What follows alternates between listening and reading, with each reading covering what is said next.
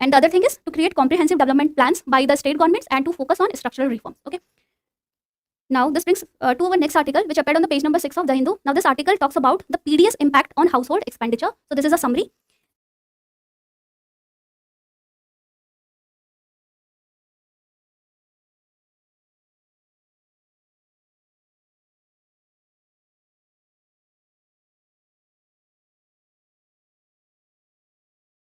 And this is important for our GS paper 3 economy under the syllabus head public distribution system objectives. Okay. Now this article, it talks about the recently conducted household consumption expenditure survey. So in February 2024 this year, the household consumption expenditure survey, its report was released. Okay. So now let's see that what is this expenditure survey. Household consumption expenditure survey is a large scale survey which was done by NSSO, which is National Sample Survey Office, which is under the Ministry of Statistics and Program Implementation. Now why was this survey done? This survey was done, see, the name implies household consumption expenditure survey. It was aimed to determine that how much money the households are spending. Okay, how much money any particular household spends on, say, their basic necessity, which is food, housing, clothing, transportation, and other expenditure. That is, it aimed to take a picture of consumption expenditure which happens in the households of India. Now, why was this needed? Why was this data needed? This was needed to find or to estimate the spending patterns of household in India, and this was for estimation. This was for poverty estimation in the country. Now, as we all know that one indicator of poverty estimation is, see, we know poverty line. Poverty line in India, it is one measure of estimation of poverty or to categorize people based on their poverty, and this is based on consumption expenditure. Poverty line is based on consumption expenditure, and this is used to categorize people or to see the levels of poverty in people. So this was the aim of household consumption expenditure survey. This was done. Now in this particular survey, the major components included monthly per capita consumption expenditure. It was to estimate the monthly per capita consumption expenditure. What is it? It is the ratio of monthly consumption expenditure of a household to the household size. This means that, say for example, the monthly consumption expenditure, the monthly expenditure of a family of 4 is rupees 10,000. Then this is the ratio of this monthly expenditure to the household size. So this comes out to rupees 2.5k, 2,500. So this is the normal or regular MPCE. Okay, so this gives an estimation that how much money, per capita money, is being spended by any particular household. Now, for the first time, this particular survey, it included MPCE with imputation. Now, apart from this regular MPCE, what was new in the survey was MPCE with imputation. What is this? This is monthly per capita consumption expenditure with imputation. What is imputation? Imputation is the value of free food and non-food items. Now see, there are several welfare schemes in India. For example, as this article told, the impact of PDS on household expenditure. So one welfare scheme in India is PDS, which is the food security initiative, food security schemes in India. Now earlier PDS system, it gave subsidized food grains to the population of India, nearly 80 crore people of India. But recently, after the COVID-19 pandemic, this gives free food grains to the population of India. Okay. Now this is under Pradhan Mantri Garib Kalyan Anna Yojana.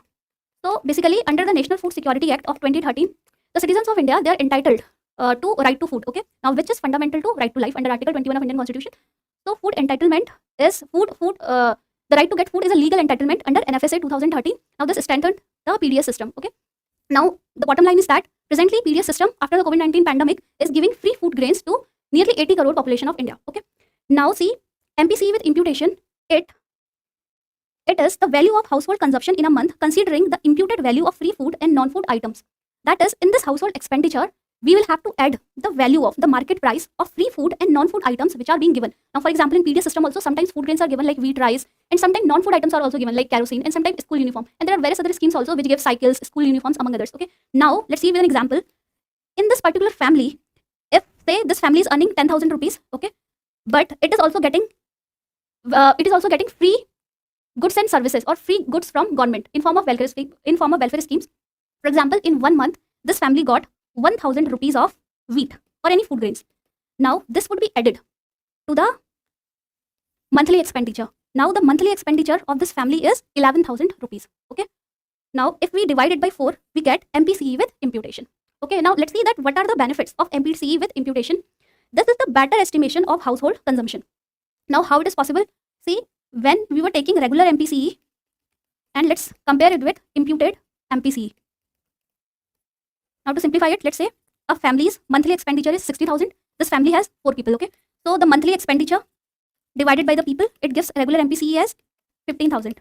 Okay, so and in this case, say there is a family whose monthly household expenditure is 50,000 rupees and divided by, and it has 4 people. Okay, now regular MPCE will get the household consumption expenditure of this family with regular MPCE would be 50,000 divided by 4, that is 12.5 thousand rupees. Okay, but suppose this family, the second family, got benefits from government, free food grains or other benefits from government whose market value is 10,000 rupees. Okay, now add this 10,000 rupees into 50,000, 50,000 plus 10,000, it gives you 60,000 and then divided by 4, so it brings us to 15,000 again.